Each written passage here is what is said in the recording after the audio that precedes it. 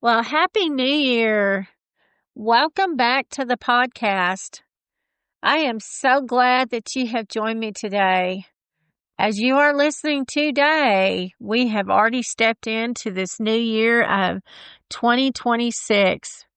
It's always exciting to me that we are taking a step in the new year, and there's lots of expectations that come with that. Some of them are challenging and some of them become overwhelming to us at times, but we have lots of expectations usually moving into that new year. And this is why I want to begin today telling you there is no pressure. We don't have to begin it with lots of resolutions or another list of a lot of long things that we need to fix or want to fix. I want to step back and just narrow our focus in from all of these things that people want to have resolutions and want to change in themselves at the beginning of the new year. So I want to bring it in and rein it in just to one thing on this episode today and talk about that. And I want to begin this year talking a lot about identity. Because for so many people, students, parents, adults of all ages, especially those who feel very overwhelmed or those that learn differently and don't fit into the norm, the new year doesn't always feel very hopeful. In fact, sometimes it feels extremely heavy going into the new year. You see all these other people moving forward and having resolutions and having goals and lots of enthusiasm, but hopefulness is not something that some people have moving into the new year.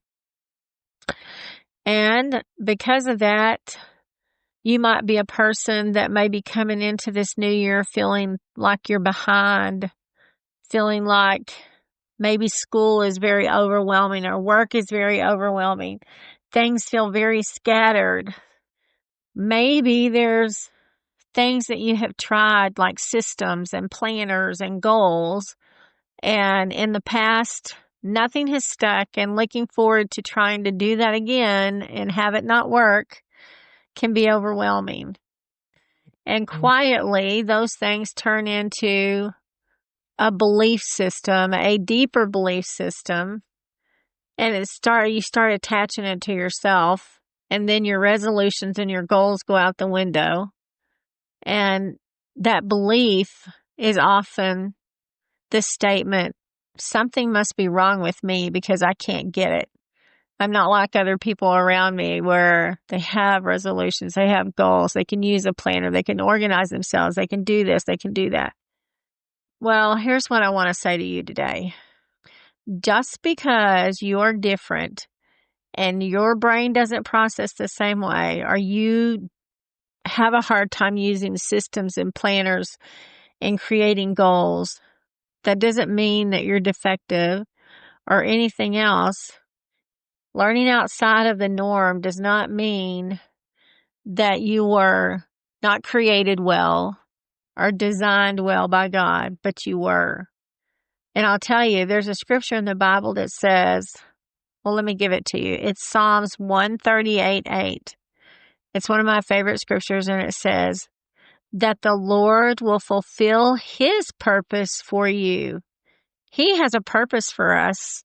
He has a specific job in mind for each one of us. He has a specific reason he created us.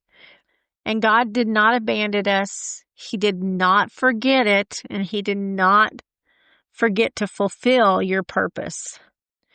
That means that you're wiring your gifts, your pace, and your story. None of it is accidental. So we talk a lot about productivity and motivation and success, but we don't talk enough about what I want to call, and I have deemed, identity redemption. That is the moment when you stop trying to fix yourself and start understanding who you were created to be. This was an aha moment for me.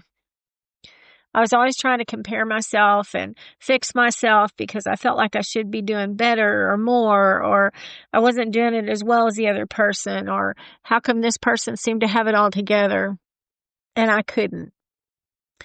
Until God showed me who I was created to be. Jesus was asked what mattered most to him, and he answered in Matthew 22 something very simple. He said, love God and love others. That's what he said.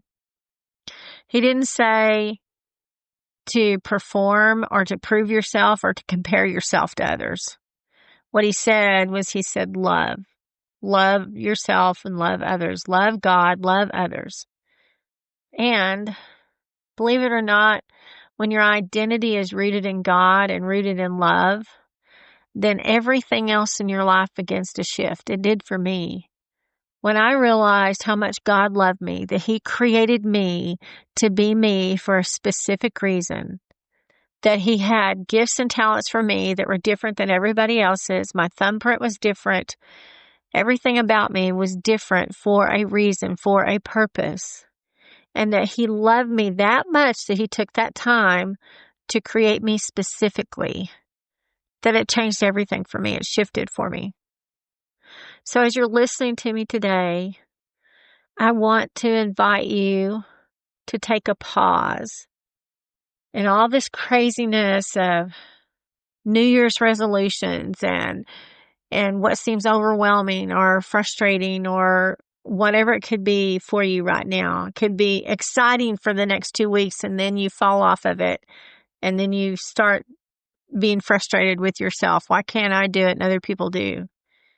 So I want you to just step back and take a pause this weekend as we're moving into the new year, and don't try to plan your whole entire year out, and don't try to fix everything at once.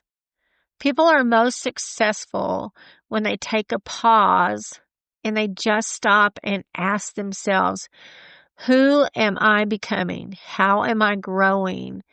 What do I want to grow in this year? And just take it one step at a time. It's okay to decide, I want to grow in this area. I love these things about me, but I would like to learn more or do more. So just take that pause and don't try to, it's okay to have goals, and it's okay to set goals, and it's okay to plan how to reach those goals. But just know, trying to do all of it at one time doesn't mean that you failed or you aren't any better at it or you can't do it or you can't move on. It means that you just are taking the time to do it one step at a time and you're moving forward. If you do that, it's better than trying to do it all at one time and just dropping everything and not moving on and moving forward.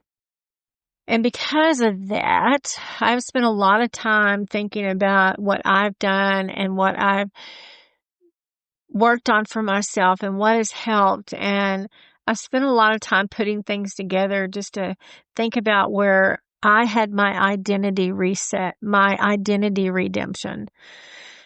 So what I did was I worked on creating a challenge, something for you to start the new year off with. So as we begin this year, I am offering an opportunity for each person to take an identity reset challenge. And the challenge I created is called From Stuck to Started, a 7-day identity reset. It's just a short, faith-based reset designed for anyone who is feeling overwhelmed, feeling unsure, feeling like you're behind everyone else, and you just want to be able to take the next step forward.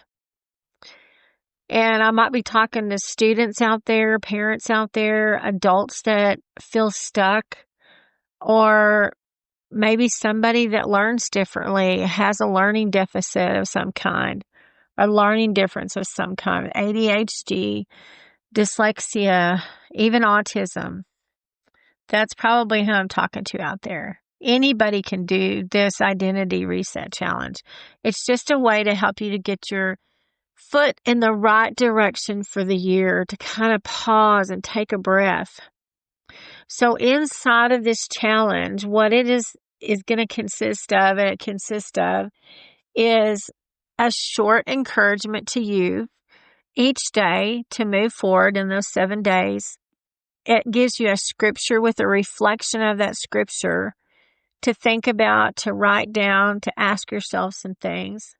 And it gives you a challenge, a one-step challenge every day to move forward in the right direction and knowing who you are in yourself and learning more about who you are moving into this new year.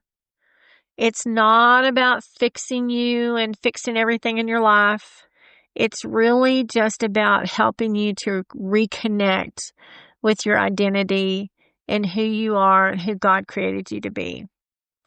And if you think that you might want to take that challenge and you want to do that before you leap into other things this year, then I am going to leave a link in the show notes and you can have access to it there. It's going to be available beginning January 5th if you are interested in taking that challenge.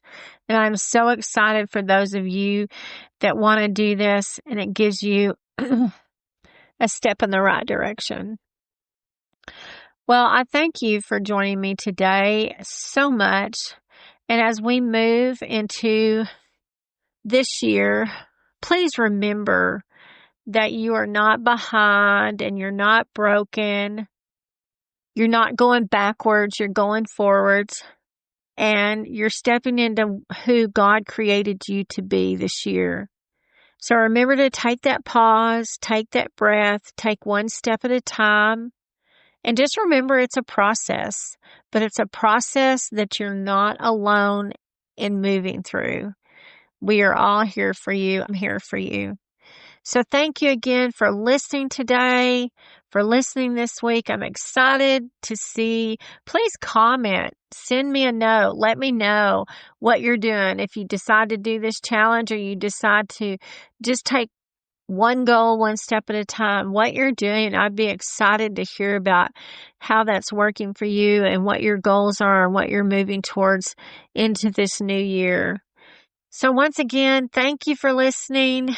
I'm so glad that you've been with me today. I will see you next time. Love you all greatly.